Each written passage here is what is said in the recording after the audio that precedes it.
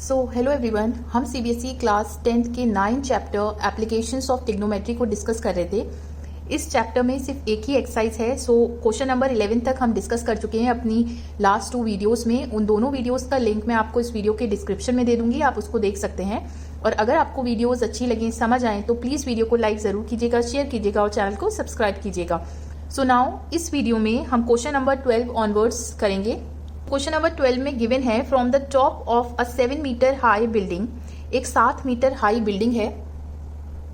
A B को हमने building कह दिया, तो बिल्डिंग का टॉप क्या है? Point A. तो जब हम इस बिल्डिंग के टॉप से मींस इस पॉइंट से केबल टावर के टॉप को देखते हैं तो एंगल ऑफ एलिवेशन क्या है? 60 डिग्री है। ठीक है, एंगल ऑफ एलिवेशन मींस जब हम किसी ऊपर रखी हुई चीज को देखते हैं। तो सबसे पहले हम केबल टावर बनाते हैं जो कि इस बिल्डिंग से बड़ा होगा, लंबा होगा। तो लाइन ऑफ साइट क्या हो जाएगी? सिंपली इन दोनों पॉइंट्स को ज्वाइन कर दीजिए और हॉरिजॉन्टल लेवल हो जाएगा हमारी आंखों की सीध में जो भी लाइन पैरेलल है ग्राउंड के। तो देखिए, मैं एक चीज यहाँ बताती हूँ कि जैसे ये बिल्डिंग का टॉप है और यहाँ पर आप खड़े हुए हैं, तो आपकी जो हाइट है ना, वो इस बिल्डिंग की हाइट में और इस केबल टावर की हाइट के कंपेरिजन में एकदम हम नेग्लिजिबल ले लेते हैं, मीन्स इसको एज अ पॉइंट ऑब्जेक्ट ले लेते हैं। ठीक है, तो इसलिए हमने ये कह दिया कि हमारी आंखें जो हैं वो यहाँ पर हैं। नाउ एंगल ऑफ एलिवेशन ये हो गया सिंपली 60 डिग्री। आगे गिवन है कि angle of depression of its foot is 45 degree. तो केबल टावर का फुट क्या है? ये। तो जब हम इसके टॉप से फुट को देखेंगे तो लाइन ऑफ साइट क्या हो गई? एडी को ज्वाइन कर दीजिए और हॉरिजॉन्टल लेवल ये है, तो दोनों के बीच का एंगल जो है एंगल ऑफ डिप्रेशन है जो कि गिवन है 45 डिग्री। ठीक है, आपको मालूम क्या करना है? हाइट ऑफ द टावर, ये पूरी हाइट मालूम करनी है, CD। CP को अगर x मीटर्स कह दें तो देखिए आप फिगर से कह सकते हैं कि AB और PD इक्वल होगा लेंथ में, तो ये जो है सिंपली 7 मीटर हो गई। अब ट्राइंगल AP और D में 1045 लिखिए, तो परपेंडिकुलर हो गई PD और बेस हो गई आपके पास AP। So this is equal to 1045 होता है 1, PD 7 है, AP आपको यहां से मालूम हो गई, तो ये लेंथ भी आ गई आपके पास 7 मीटर। अब सिंपली ट्राइंगल ACP लीजिए और इसमें आपने 1060 डिग्री लिखा, तो ये हो गया perpendicular, that is CP over AP और 1060 होता है √3 और CP x है, AP आपको मालूम हो गया था, तो यहां से x की वैल्यू आ गई 7√3। ठीक है, तो हाइट हो गई टावर की किसके बराबर हो गई? CP plus PD। और ये क्या था? CP क्या था? x 7√3 plus PD that is 7। तो 7 आपने कॉमन लिया, ये हो गया root and it's simple. Now question number 13 में गिवन है is observe from the top of a 7 metre high light house from the sea level. तो अगर हम सी लेवल से मेजर करें तो एक 75 मीटर लंबा लाइट हाउस है। तो सबसे पहले हम सी लेवल बना लेते हैं। ठीक है, तो जब इस लाइट हाउस के टॉप से, टॉप क्या है? पॉइंट ए, इस पॉइंट से जब आप दो शिप्स को देखते हैं तो जो एंगल ऑफ डिप्रेशन है वो 30 डिग्री और 45 डिग्री है। ठीक है, तो देखिए शिप जो होगी वो सी लेवल पे होगी, तो आप ऊपर से नीचे देख रहे हैं इसलिए आप उसको एंगल ऑफ डिप्रेशन कह रहे हैं, राइट। आगे गिवन है कि if one ship is exactly behind the other on the same side of the light house. ये लाइट हाउस है, तो लाइट हाउस के सेम साइड पे मीन्स या तो दोनों शिप्स को आप इधर ले लीजिए या इधर ले लीजिए। ठीक है, तो हम दोनों शिप्स को यहां ले लेते हैं और कहते हैं एक पॉइंट ऑब्जेक्ट की तरह ले लेते हैं फिगर बनाने के लिए। तो एक ये हो गई शिप और दूसरी ये हो गई। तो आपको इन दोनों शिप्स के बीच का डिस्टेंस फाइंड करना है, तो इस डिस्टेंस को हम x कह देते हैं। नाउ इस शिप के लिए लाइन ऑफ साइट क्या हो गई? इन दोनों पॉइंट्स को ज्वाइन कर दीजिए, A और इस पॉइंट को, और हॉरिजॉन्टल लेवल हो गया। आप सिंपली इसकी सीध में मीन्स आंखों की सीध में जो भी लाइन पैरेलल है ग्राउंड के, तो एंगल ऑफ डिप्रेशन हो गया इसके लिए ये वाला। और नाउ दूसरी शिप के लिए लाइन ऑफ साइट क्या हो जाएगी? A और Q को ज्वाइन करिए। ठीक है, और हॉरिजॉन्टल लेवल ये है, तो दूसरा एंगल ऑफ डिप्रेशन आपको ये मिल गया। अब एक 30 एक 45 है, तो छोटा वाला जो है वो ये वाला 30 हो गया और ये पूरा जो है ये 45 डिग्री हो गया, राइट। तो देखिए ये डिस्टेंस हम कैसे फाइंड कर सकते हैं? अगर आपको BQ मालूम हो जाए, उसमें से आप BP डिस्टेंस माइनस कर देंगे तो आपको ये डिस्टेंस मिल जाएगा। ठीक है, उसके लिए हम क्या करेंगे? ट्राइंगल ABP को लेंगे एक बार और दूसरी बार ट्राइंगल ABQ को लेंगे। तो आप यहाँ देखिए ये वाली लाइन और ये सी लेवल दोनों पैरेलल है और AP ट्रांसवर्सल है, तो ये ऑल्टरनेट एंगल्स हो गए। ये 45 है तो ये भी 45 डिग्री हो गया। सिमिलरली ये और ये पैरेलल है और AQ ट्रांसवर्सल है, तो ये वाला एंगल इसके बराबर हो गया, ये 30 डिग्री हो गया। नाउ इन ट्राइंगल ABP में 1045 लिखिए। नाउ इन ट्राइंगल ABQ में 1030 लिखिए। सो 1030 होता है 1/√3। AB 75 है तो BQ यहां से सिंपली आ गया। नाउ PQ सिंपली क्या हो जाएगा? यहां से B Q minus B P. दोनों इक्वेशन से, ये इक्वेशन 1 है, ये इक्वेशन 2 है, दोनों इक्वेशन से वैल्यू पुट करिए। देखिए ये दोनों शिप के बीच का डिस्टेंस आ गया, यही पूछा था and it's simple. Now question number 14 में गिवन है a 1.2 metre tall girl spots a balloon moving with the wind in the horizontal line at a height of 88.2 metre from the ground। सबसे पहले हम ground level बनाते हैं और given है कि एक बैलून है जो कि हवा में उड़ रहा है इन अ हॉरिजॉन्टल लाइन, मीन्स ऐसे चल रहा है वो, और ग्राउंड से उस बैलून की हाइट क्या है 88.2 मीटर। तो हम बैलून को पॉइंट ऑब्जेक्ट ले लेते हैं, इसको बैलून कह देते हैं, इस पॉइंट को सी को, और ये जो है सी डी, ये पूरी इसकी हाइट क्या है 88.2 मीटर। अब गिवन है कि the angle of elevation of the balloon from the eyes of the girl at any instant is 60 degree। Means लड़की की आंखें कहाँ है, पॉइंट ए पे, यहाँ पर होंगी टॉप पे। तो जब वो यहाँ से इस बैलून को देखती है तो एंगल ऑफ एलिवेशन क्या है 60 डिग्री है। तो लाइन ऑफ साइट क्या हो गई AC, और हॉरिजॉन्टल लेवल हो गया आंखों के पैरेलल जो भी लाइन है, ठीक है। तो इन दोनों के बीच का एंगल है 60 डिग्री, सिंपल है। फिर लिखा हुआ है कि after some time the angle of elevation reduces to 30 degree. कुछ टाइम के बाद जो एंगल ऑफ एलिवेशन है ये कम हो जाता है, मीन्स 30 डिग्री हो जाता है। अब एंगल ऑफ एलिवेशन कम कब होगा कि जैसे हमने बैलून यहाँ पर था तो हमें ऊपर देखने के लिए ज्यादा गर्दन उठानी पड़ रही थी, तो एंगल ऑफ एलिवेशन ज्यादा था। अब बैलून जो है वो हट के कहीं यहाँ चला गया, इस पोजीशन पे चला गया, तो हमें कम गर्दन उठानी पड़ेगी क्योंकि हॉरिजॉन्टल लेवल जो है वो बढ़ गया। अब लाइन ऑफ साइट क्या हो जाएगी, सिंपली ए और सी डैश को ज्वाइन करिए, और हॉरिजॉन्टल लेवल ये था, ये 30 डिग्री एंगल हो गया, ठीक है। और ये हाइट तो जो है वो सेम ही थी बैलून की, वो गिवन है। ये पोजीशन 1 है, ये पोजीशन 2 है, ठीक है। मालूम ये करना है कि distance travelled by the balloon during the interval, means कितना डिस्टेंस बैलून ने कवर किया है, आर क्यू।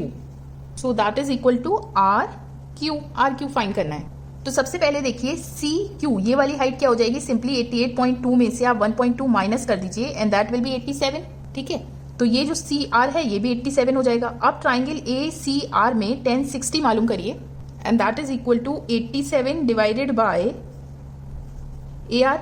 तो ए आर यहाँ से सिंपली आ गया, इसको आप यहाँ पर रेशनलाइज कर दीजिए। सो ये हो जाएगा 87√3 डिवाइडेड बाय 3 से ये कैंसिल हुआ, so this is equal to 29√3 metre. Triangle A C dash Q में 1030 लिखिए and that is equal to C dash Q divided by A Q, ठीक है। और 1030 होता है 1/√3, सी डैश क्यू हो गया आपके पास 87, तो यहां से ए क्यू आ गया simply 87√3 is a Q. This is equation 2। अब हमें फाइंड करना था आर क्यू, और ये किसके बराबर हो जाएगा, ए क्यू में से ए आर माइनस कर दीजिए। ए क्यू था 87√3 माइनस 29√3। तो देखिए बैलून ने इतना डिस्टेंस कवर किया, आप इसे लिख दीजिएगा एंड इट्स सिंपल।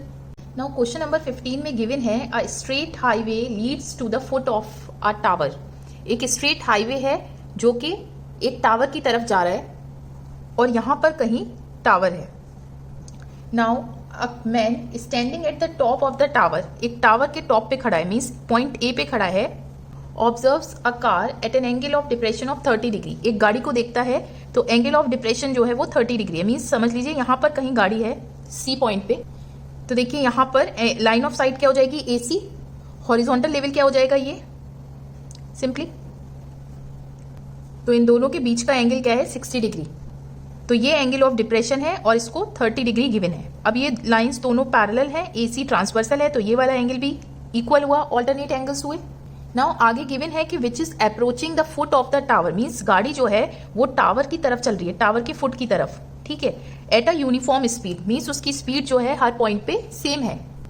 तो गिवन है कि 6 seconds later the angle of depression of the car is found to be 60 degree. 6 second के बाद वो यहां पर कहीं चली जाएगी, तो इसको आप सी डैश कह देते हैं। तो एंगल ऑफ डिप्रेशन अब क्या हो गया 60 डिग्री हो गया। तो देखिए लाइन ऑफ साइट क्या हो गई, सी डैश और ए को ज्वाइन करिए। तो हॉरिजॉन्टल और लाइन ऑफ साइट के बीच का angle of depression mean 60 degree है। तो ये एंगल 60 डिग्री है, तो ऑल्टरनेट एंगल्स हो गए, ये भी 60 डिग्री होगा। तो देखिए हमने देखा एंगल ऑफ डिप्रेशन जो है वो बढ़ गया जैसे जैसे गाड़ी जो है वो टावर की तरफ आ रही है, मीन्स जैसे जैसे हॉरिजॉन्टल डिस्टेंस कम होता जा रहा है। तो आप देखिए लॉजिकली भी सोचिए, अगर आप यहाँ खड़े हुए हैं और आप किसी दूर पॉइंट पे किसी चीज को देख रहे हैं तो आप गर्दन थोड़ा सा स्ट्रेट रखेंगे, ठीक है। जैसे जैसे हॉरिजॉन्टल डिस्टेंस बढ़ता जाएगा तो आपको गर्दन ज्यादा झुकानी पड़ेगी। पहले गर्दन सिर्फ इतनी झुक रही थी, अब इतनी झुक रही है, ठीक है, इसलिए एंगल ऑफ डिप्रेशन बढ़ गया।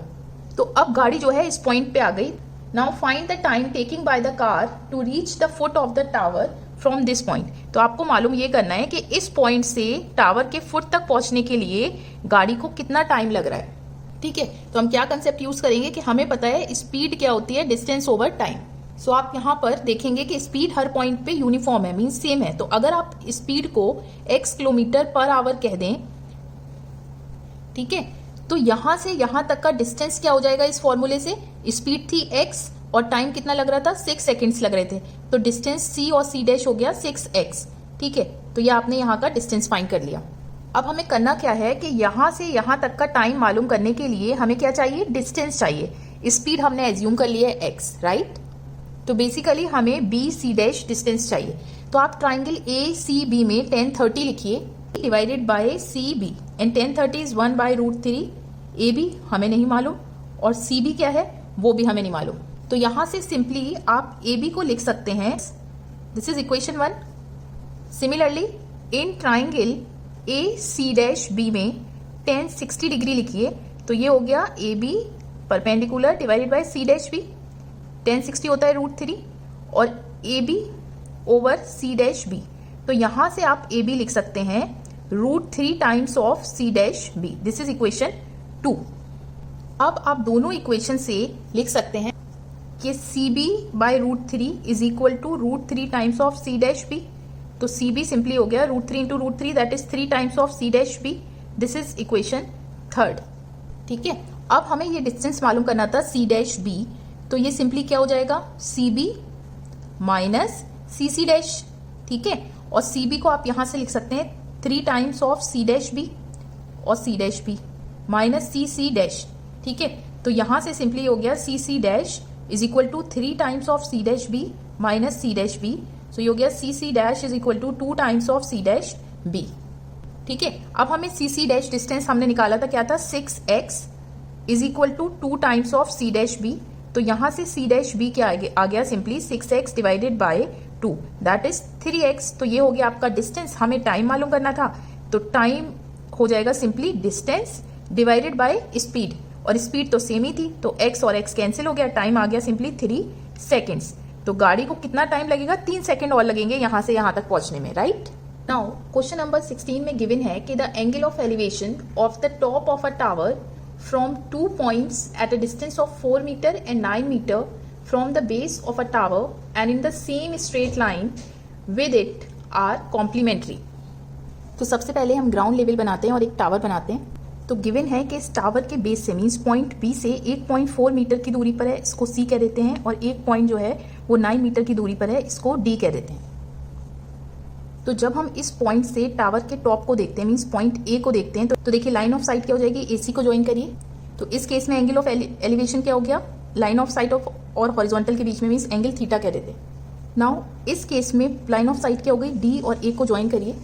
इस केस में एंगल ऑफ एलिवेशन क्या हो गया, ये वाला एंगल हो गया लाइन ऑफ साइट और हॉरिजॉन्टल के बीच में। गिवन है कि दोनों एंगल्स कॉम्प्लीमेंट्री हैं, तो इस एंगल को हम 90 माइनस थीटा ले सकते हैं। कॉम्प्लीमेंट्री एंगल्स मींस कि जब दो एंगल्स का सम 90 डिग्री होता है उसको कॉम्प्लीमेंट्री एंगल होता है। थीटा एज्यूम किया है तो इसको आप 90 माइनस थीटा लिख सकते हैं। तो now in triangle A C B tan theta हो जाएगा। क्वेश्चन 1, अब in triangle A D B में tan 90 माइनस थीटा, ये हो गया simply A B divided by B D.